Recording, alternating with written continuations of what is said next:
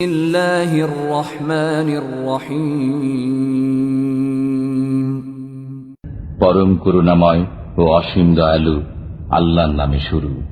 يا أيها الذين آمنوا لا تتخذوا عدوي وعدوكم أولياء تلقون إليهم بالمودة وقد كفروا بما جاءكم من الحق يخرجون الرسول وإياكم أن تؤمنوا بالله ربكم إن كنتم خرجتم جهادا في سبيلي وابتغاء مرضاتي تسرون إليهم بالمودة وأنا أعلم بما أخفيتم وما أعلنتم ومن يفعله منكم فقد ضل سواء السبيل।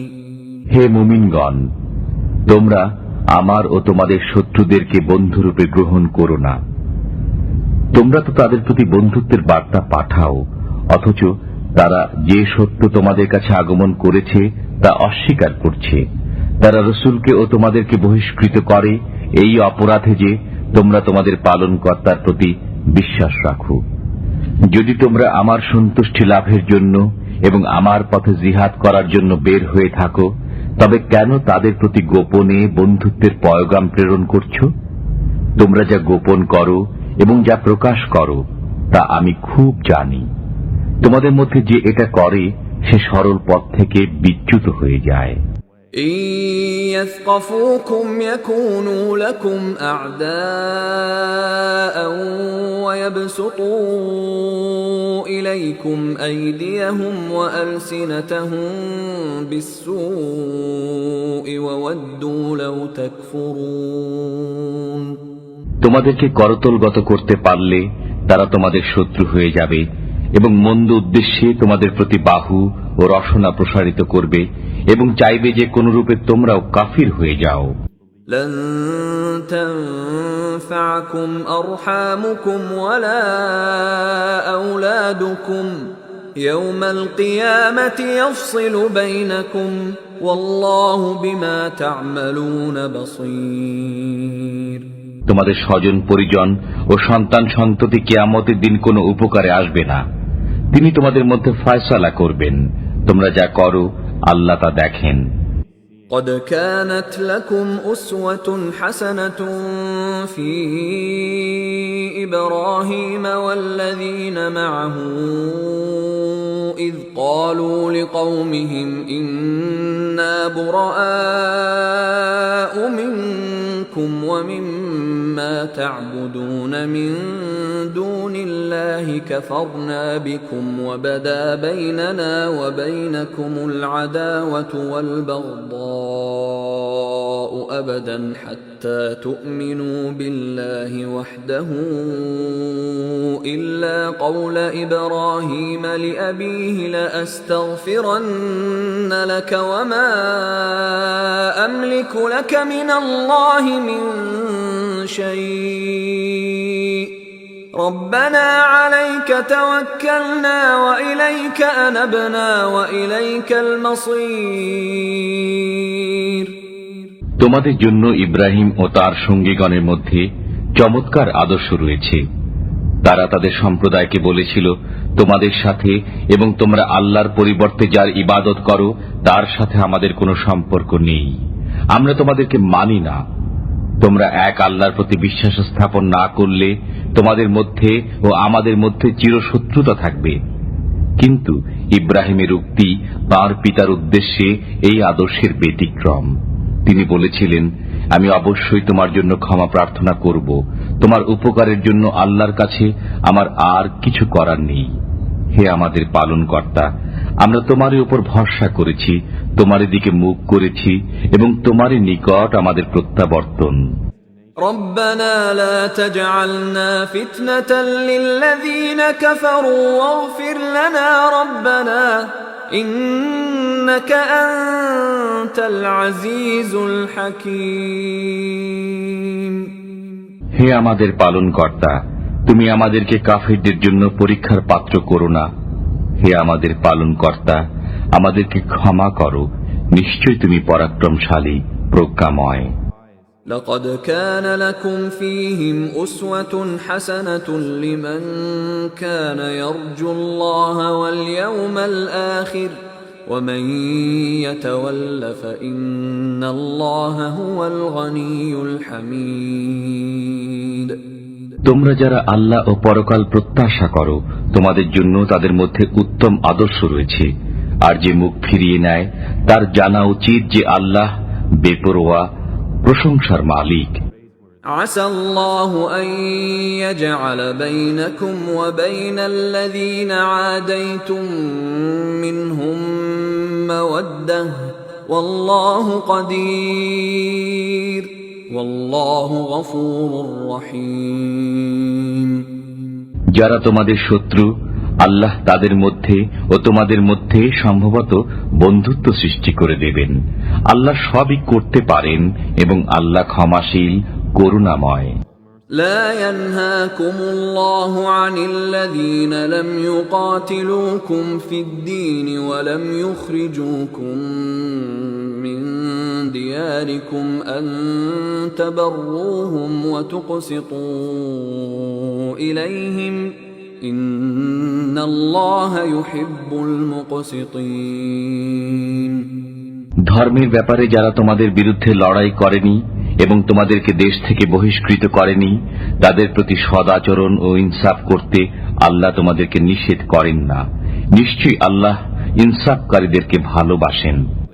إنما ينهاكم الله عن الذين قاتلوكم في الدين وأخرجوكم من دياركم وظاهروا على إخراجكم أن تولوهم ومن يتولهم فأولئك هم الظالمون।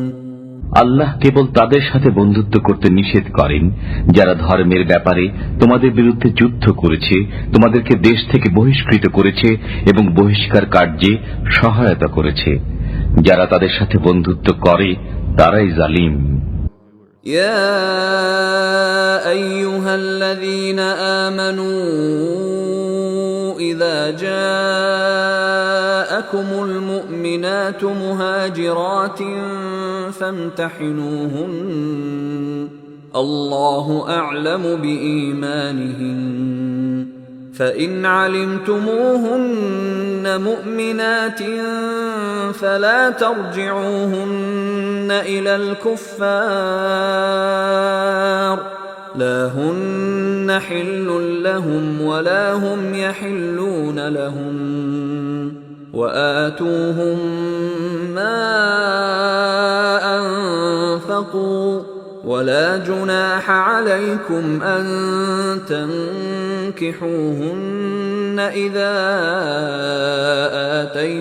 آتيتموهن أجورهن ولا تمسكوا بعصم الكوافر واسألوا ما أنفقتم وليسألوا ما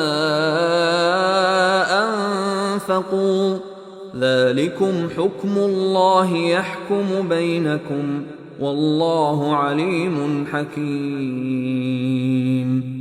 হে মুমিনগণ, যখন তোমাদের কাছে ঈমানদার নারীরা হিজরত করে আগমন করে তখন তাদেরকে পরীক্ষা করো। আল্লাহ তাদের ঈমান সম্পর্কে সম্যক অবগত আছেন। যদি তোমরা জানো যে তারা ঈমানদার, তবে আর তাদেরকে কাফিরদের কাছে ফেরত পাঠিও না। এরা কাফিরদের জন্য হালাল নয় এবং কাফিররা এদের জন্য হালাল নয়। কাফিররা যা ব্যয় করেছে তা তাদেরকে দিয়ে দাও। তোমরা এই নারীদেরকে প্রাপ্য মোহরানা দিয়ে বিবাহ করলে তোমাদের কোনো অপরাধ হবে না। তোমরা কাফির নারীদের সাথে দাম্পত্য সম্পর্ক বজায় রেখো না। তোমরা যা ব্যয় করেছ তা চেয়ে নাও এবং তারাও চেয়ে নিবে যা তারা ব্যয় করেছে। এটা আল্লাহর বিধান, তিনি তোমাদের মধ্যে ফয়সালা করেন। আল্লাহ সর্বজ্ঞ, প্রজ্ঞাময়। وَإِن فَاتَكُمْ شَيْءٌ من أزواجكم إلى الكفار فعاقبتم فآتوا الذين ذهبت أزواجهم مثل ما أنفقوا واتقوا الله الذي أنتم به مؤمنون। তোমাদের স্ত্রীদের মধ্যে যদি কেউ হাতছাড়া হয়ে কাফিরদের কাছে থেকে যায় অতঃপর তোমরা সুযোগ পাও, তখন যাদের স্ত্রী হাতছাড়া হয়ে গেছে তাদেরকে তাদের ব্যয়কৃত অর্থের সমপরিমাণ অর্থ প্রদান করো এবং আল্লাহকে ভয় করো যার প্রতি তোমরা বিশ্বাস রাখো।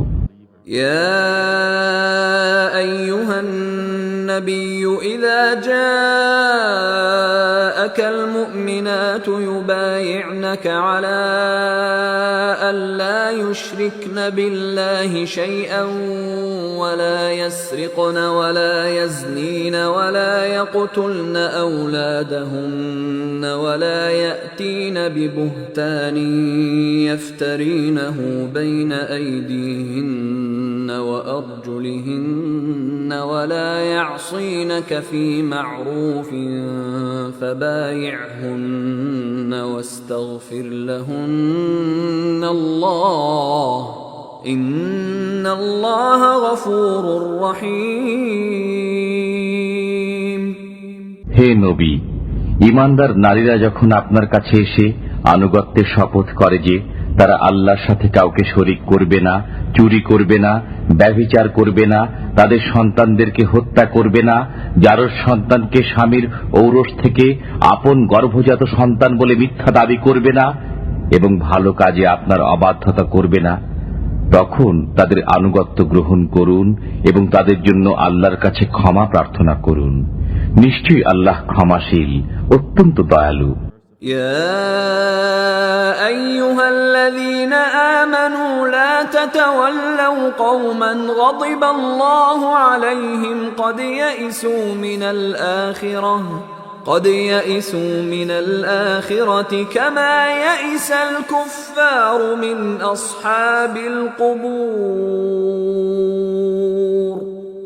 হে মুমিনগণ, আল্লাহ যে জাতির প্রতি রুষ্ট তোমরা তাদের সাথে বন্ধুত্ব করো না, তারা পরকাল সম্পর্কে নিরাশ হয়ে গেছে যেমন কবরস্থ কাফিররা নিরাশ হয়ে গেছে।